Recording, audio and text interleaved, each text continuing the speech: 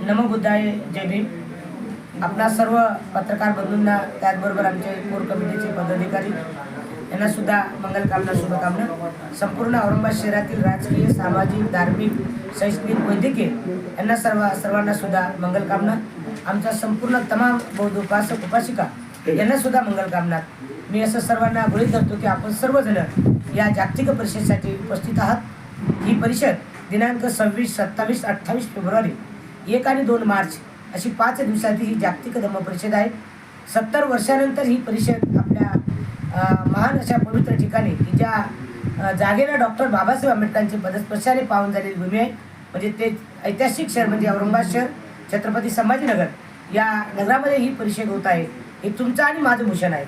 कारण जो इतिहास विसरतो तो इतिहास घडू शकत नाही. आणि म्हणून जिथून क्रांती सुरू झाली तिथूनच ही परिषद होणं अत्यंत गरजेची होती. आणि म्हणून औरंगाबाद शहरातील उपासक उपासिकांनी या जागतिक परिषदेसाठी अतिशय परिश्रम घेत आहेत. आमच्या कोर कमिटीच्या पदाधिकाऱ्यांना मी खूप धन्यवाद देतो की मग आमचे पत्रकारजी शांतीलालजी गायकवाड असतील, रतनकुमारजी म्हणजे त्यांना आम्ही निळे प्रतीक म्हणतो, निळे प्रतीक असतील, आमचे गवळे बाबा असतील, आमचे सर्व पत्रकार बंधू असतील, आपण सर्वजण आमच्यासोबत आहात.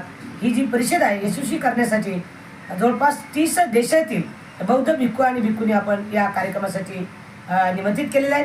मला असं वाटतं की पहिल्यांदाच या औरंगाबाद शहरामध्ये 30 देशातील बौद्ध भिक्खू आणि भिक्खूंनी, त्याचबरोबर अरंतजी बंतीजी आहेत, ती बंतीजी खरं तर डोळ्याला बघायला मिळत नाहीत, ते आपल्याकडे येत आहेत.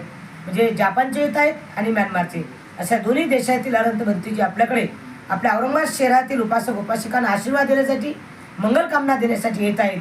म्हणून तमाम बौद्ध उपासक उपासिकांनी या जागतिक परिषदेला मोठ्या संख्येने उपस्थित राहावं अशी आपल्या सर्वांना मी आवाहन करत आहे. नमो बुद्धाय. आज दिनांक 20 फेब्रुवारी 2026 रोजी जागतिक धम्म परिषदेच्या अनुषंगाने पत्रकार परिषदेचं आयोजन करण्यात आलेलं आहे. या जागतिक धम्म परिषदेला दिनांक 26 फेब्रुवारी 2026 रोजी सुरुवात होणार आहे. त्याचबरोबर 26, 27, 28 फेब्रुवारी 1 आणि 2 मार्च एवढ्या 5 दिवसांसाठी ही जागतिक धम्म परिषद या ठिकाणी आयोजित करण्यात आली आहे. गेल्या वर्षभरापासून आदरणीय वंदनीय आर्याजी धम्म दर्शनाजी या धम्म परिषदेच्या आयोजनाची तयारी करत आहेत. जवळजवळ संपूर्ण महाराष्ट्र त्यांनी पिंजून काढलेला आहे. गाव खेड्यामध्ये, कसब्यामध्ये त्यांनी जाऊन लोकांना त्या धम्म परिषदेच्या अनुषंगाने सांगितलेलं आहे. ही धम्म परिषद साधारणपणे 70 वर्षांनंतर पुन्हा या भारत देशामध्ये, अर्थात या संभाजीनगर म्हणजे औरंगाबाद या शहरामध्ये आयोजित करण्याचं कारण म्हणजे ही भूमी अनेक कारणांनी पावन झालेली आहे आणि जगाच्या नकाशावरती तिचं नाव आहे. या ठिकाणी अजिंठा, वेरूळ, त्याचप्रमाणे बाबासाहेबांची कर्मभूमी म्हणून सुद्धा ही भूमी प्रसिद्ध आहे.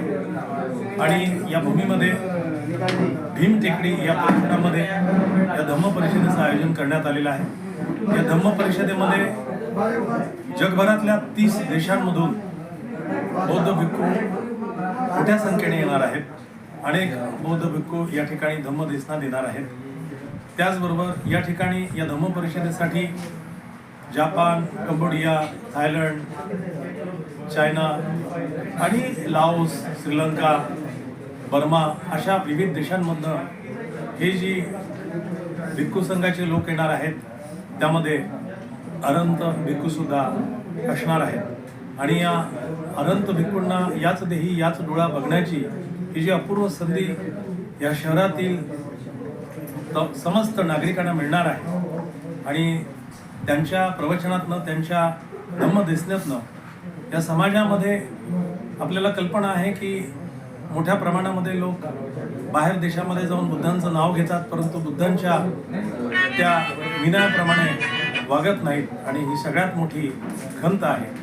परंतु बुद्धांचा जो धम्म आहे तो पवित्र पूजनीय धम्म परमपूज्य बोधिसत्व डॉक्टर बाबासाहेब आंबेडकरांनी हा भारत देश बुद्धमय करण्यासाठी जो प्रयत्न केला, परंतु अनावधानाने अल्पशा वयामध्येच त्यांना जगाचा निरोप घ्यावा लागला. आणि ते कार्य जे आहे ते कार्य पुढे जोमाने चालू ठेवण्यासाठी आदरणीय आर्या धम्मदर्शनाजी हा खूप मोठा प्रयत्न करत आहे. या प्रयत्नामध्ये मोठे मोठे शहरातले डॉक्टर्स, इंजिनियर्स, काही अधिकारी, त्याचबरोबर काही राजकीय लोक यांनी सुद्धा मोठ्या उत्साहाने या कार्यक्रमाचं स्वागत केलेलं आहे.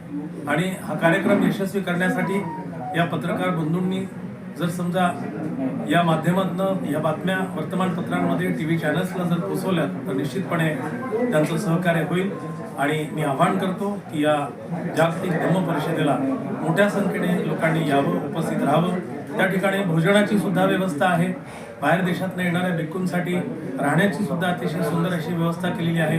आणि मोठ्या भव्य अशा पेंडॉलमध्ये ही धम्म परिषद, त्याचबरोबर रोज संध्याकाळी बुद्ध भीमगीतांचेही कार्यक्रम आयोजित करण्यात आलेले आहे. या कार्यक्रमांसाठी मुद्दामून अभिजित कोसंबींसारखे अतिशय भारतामध्ये नावाजलेले गायक पाटणकर किंवा पाटील मॅडम या असे अतिशय चांगले होतकरू आणि धम्माचा प्रचार आणि प्रसार करणारी ही मंडळी या ठिकाणी रोज संध्याकाळी 6 ते 10 या वेळेमध्ये धम्माचा प्रसार गायनाच्या माध्यमातून करणार आहेत.